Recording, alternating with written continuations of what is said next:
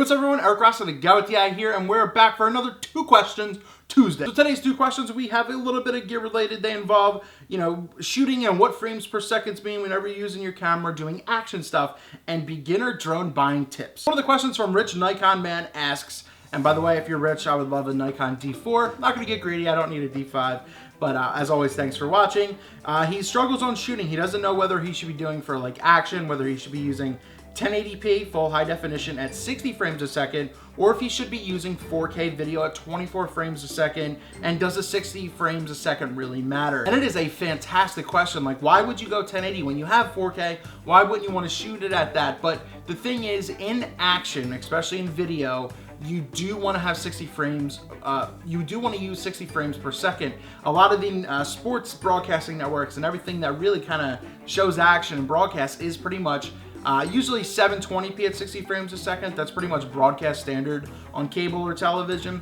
So, you think about it at that, but 60 frames a second is anything that you want to use for motion because you want to have more information packed into it because there's a lot going on. There's a lot moving around the screen. And that's why people love slow-mo video at 60 frames a second. You get double what you get normally, or 120 frames per second. That super slow-mo looks amazing, even though you need a lot more light. You need a lot more light coming in to fill in that information. You would 100% need 60 frames a second. I would go at the 1080p at 60 frames a second. Not saying that 24 or 30 look bad, even though no one really uses 30. 60 frames a second is what you would use for action. It's pretty important that you get most of that information in there for the information that's moving across the screen. So go at the 1080 at 60 frames a second, but if you go 4K and you get something that's 60 frames a second that's coming out soon, I'd go that route. But 60 frames over 24, no doubt. Hopefully I pronounced your name right, Hassam, but it's Hossam El Harmil, something like that. So sorry if I butchered the name a little bit, but you had a question asking about what beginner drone would you buy, and that was in a comment the other day on my DJI Phantom 3 standard review, and I talked about like what you should do before you spend a couple $100s. I bought the Phantom 3 for like $700 or $800 or whatever at the time on credit, obviously, but now it's super affordable, like $500. So a lot of the consumer market is now super intrigued because of the entry price point you can get now, and you're getting 2.7K with that drone. So Sam, it really is an easy question, and would I say go out and spend $500 right now on that? No, I think you should get into game a little bit more, and I've said this in some other previous videos, and even my unboxing video, I think. I have a little Cheerson drone. It's a little one. It's less than 20 bucks, if not 20 bucks, and it's just getting used to what it does and how the controls work. And yeah, it's a way smaller form of that, but it just gets you more into the game of that. And there's Syma drones out there, which I think are under $100, maybe 50 bucks, Syma.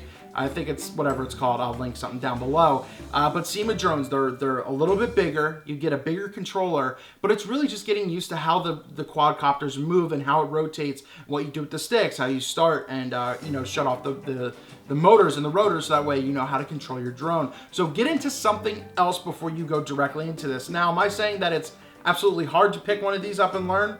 Absolutely not. But you're gonna have to learn about safety. You're gonna have to learn, and I really suggest looking up maybe YouTube videos. I might make more of these in the future on how to use your drone and what to do in safety situations. I also have a video on how to safely use your drone and what to do in a pounding situation.